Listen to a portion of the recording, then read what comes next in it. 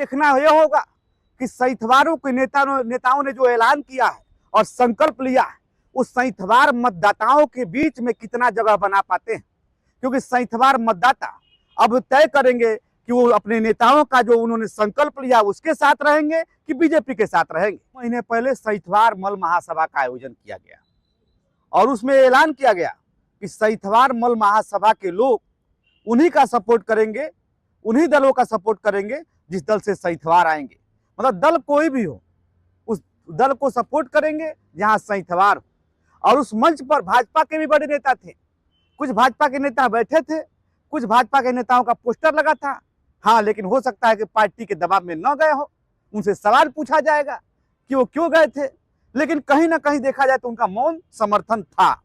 ये लोग कयास भी लगा रहे हैं। अब सैंथवार मल महासभा के आयोजन के बाद अप्रैल में पिंटू सिंह सैंथवार को, जो कि कुशीनगर से टिकट मिला।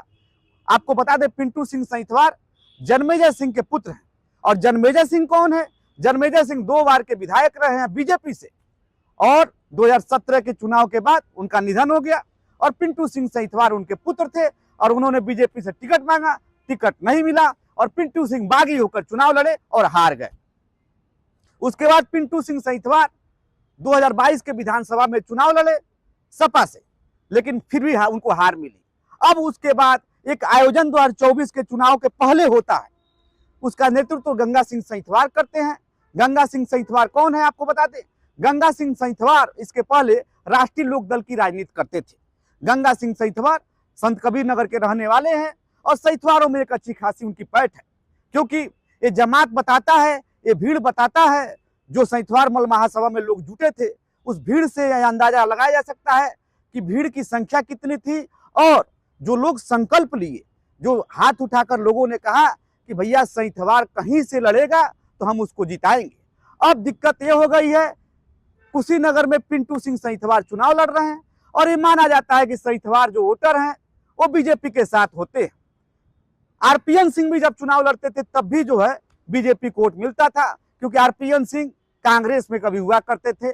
आज आरपीएन सिंह बीजेपी में है।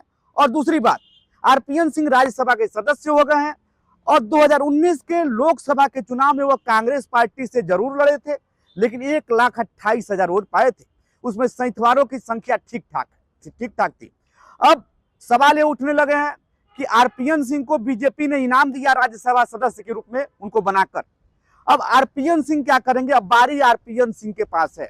मतलब अब जो है बॉलिंग आरपीएन सिंह करेंगे, बैटिंग बीजेपी करेगी। बॉलिंग इसलिए करेंगे क्योंकि आरपीएन सिंह पर अब सैंथवार समाज का वोट दिलाने का कर्तव्य आ गया है। लेकिन एक चीज और जरूर है कि जब व्यक्ति चुनाव लड़ता है और वोट दिलाने में अंतर होता है। अगर व्यक्ति लड़ेगा तो वोट मिल सकता है, लेकिन उसके कहने पर वोट नहीं मिल पाएगा। अब 2024 का चुनाव तय करेगा कि आरपीएन सिंह बीजेपी को कितना वोट दिला पाएंगे, मतलब सैंथवारों को कितना वोट दिला पाएंगे। एक चीज और आपको बता दें, आरपीएन सिंह के अलावा स्वामी प्रसाद मौर्य की बात करेंगे। स्वामी प्रसाद मौर्य 2019 के लोकसभा के चुनाव में पिछली बार बीजेपी के साथ थे। क्योंकि 2019 का जिक्र मैं इसलिए कर रहा हूं कि विजय दुबे 3,37,000 वोटों से चुनाव जीते थे और सपा और बसपा का एक मजबूत गठबंधन था, लेकिन उसके बावजूद विजय दुबे चुनाव जीत गए। अब लोग ये कह रहे हैं कि आरपीएन सिंह भी उस समय चुनाव लड़े थे और स्वामी प्रसाद मौर्य, जो कि कुशवाहा समाज के बड़े नेता हैं, वो बीजेपी के साथ थे। आज आरपीएन सिंह बीजेपी के साथ है और स्वामी प्रसाद मौर्य न इंडिया गठबंधन में है और न बीजेपी में है, वो कहीं के नहीं रही। लेकिन एक जरूर सच ये भी है कि स्वामी प्रसाद मौर्य का एक बड़ा जनाधार है। वो चाहे फाजिल नगर से लड़ते हैं या पडरौना से लड़ते हैं या कुशीनगर लोकसभा का चुनाव लड़ते हैं। और स्वामी प्रसाद मौर्य ने दावा किया है कि इंडिया गठबंधन लड़ाई में नहीं है, सीधा मुकाबला मेरा बीजेपी से है। अब सैंथवार और कुशवाहा वोटरों को समझते हैं, अगर सैंथवार पिंटू सिंह सैंथवार के साथ चले गए तो फिर बीजेपी का क्या होगा? क्योंकि सैंथवार लोग दावा करते हैं और राजनीतिक विश्लेषक और सैंथवारों के पुराने नेता दावा करते हैं यार कुशीनगर में 3 से 4 लाख की आबादी है, जनसंख्या है सैंथवारों की, और ये माना जाता है कि सैंथवार बीजेपी के साथ है। लेकिन इस बार मामला उल्टा दिख रहा है, क्योंकि जो बीजेपी से जुड़े हुए सैंथवार है वो खुलकर पिंटू सिंह सैंथवार के बारे में सोशल मीडिया में लिख भी रहा है। और इसी तरीके से स्वामी प्रसाद मौर्य के बारे में कहा जाता है कि स्वामी जब भी चुनाव लड़ेंगे तो कुशवाहा उनके साथ जाएंगे, लेकिन जैसे ही स्वामी चुनाव नहीं लड़ेंगे तो वही वोटर बीजेपी के साथ जाएंगे। तो ये माना जाएगा कि परंपरागत जो बीजेपी का वोट है कुशवाहा और सैंथवार, पिंटू सिंह सैंथवार तो ऐलान कर दिया है कि चुनाव लड़ेंगे, और स्वामी प्रसाद मौर्य ने भी ऐलान किया है कि चुनाव लड़ेंगे। तो ये दोनों वोट खिसकने की स्थिति में आरपीएन सिंह के पाले में गेंद चला जाता है कि आरपीएन सिंह सैंथवारों का कितना वोट दिला पाएंगे, ये बड़ा सवाल है। अब पिंटू सिंह सैंथवार के लड़ने के बाद विजय दुबे घिर तो जरूर गए हैं, लेकिन इस बात को आपको भूलना नहीं चाहिए कि पिछली बार एक बड़ा गठबंधन था बसपा और सपा का, उसके बावजूद विजय दुबे 3 लाख से ऊपर से चुनाव जीते थे।